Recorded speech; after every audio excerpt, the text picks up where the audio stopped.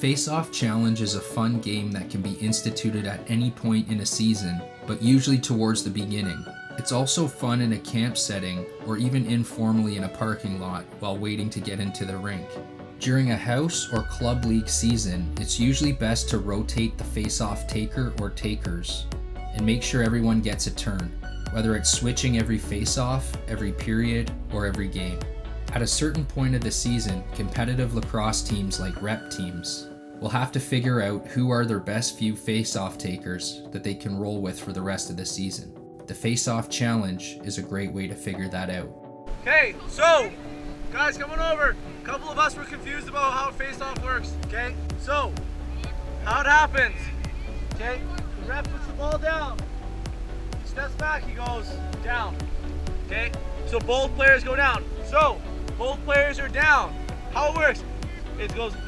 The ref goes down, set, and at that point, when they're set, no one can move. No one can move until you hear the. And they clamp the ball, and they win the ball out to themselves. For this competition, the only way you can win is if you clamp it, pull it out to yourself, and you have to scoop it up. Okay? Say Kieran pulls out, but Connor grabs it. Connor wins. Okay? Does everybody understand how to do a face-off? Yeah. Usually you look for players who are strong, top-heavy, and flexible, with quick hands and reactions, endurance, agility, and the ability to pursue the loose ball. The stance a player chooses is an individual preference, but a well-balanced position with one's weight/center of mass slightly over the ball, crouched, and hands spread wide is best practice.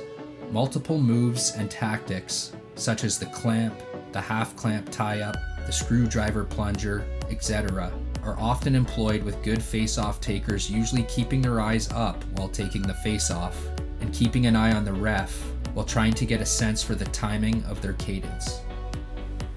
Notice how both players, this is called the motorcycle grip that Kieran's using. Okay? Just like you're driving a motorcycle. Okay? You have it overhand. Okay?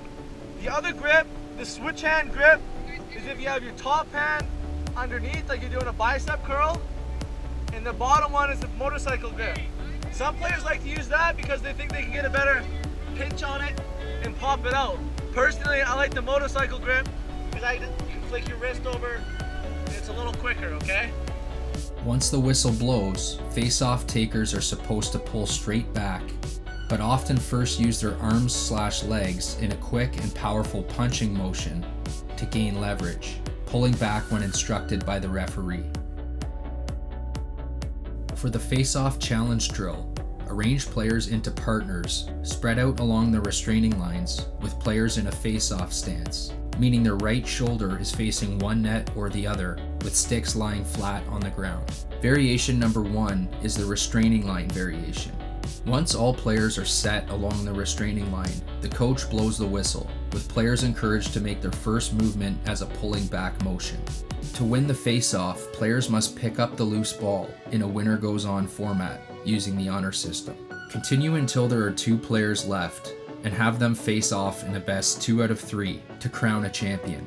Another option is to have other players stand on the side of the player they think is going to win, with the losing team sprinting from sideboard to sideboard twice after every face-off. The most common error we see in this drill is players moving early before the coach/referee blows the whistle, which should be an automatic loss if spotted by the coach.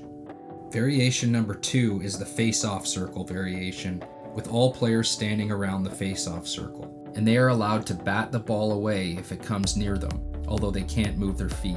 Players face off in a winner-goes-on format, 2 at a time until every player has had at least 1 turn. The 2 players with the longest winning streaks become the designated face-off players during practices or games where required.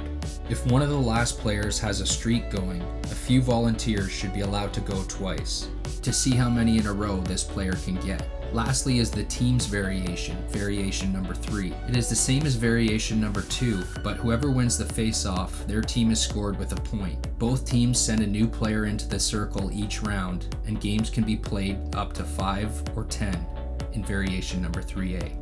Another variation of this game is to allow 1 or 2 players aside standing outside of a designated face-off area and adding a scrum for the loose ball, which is variation number 3B, and arguably one of the most exciting aspects of a game. Everyone loves the excitement of an opening face-off with a scrum that goes on for 10 or 20 seconds, and players doing whatever it takes to get the loose ball.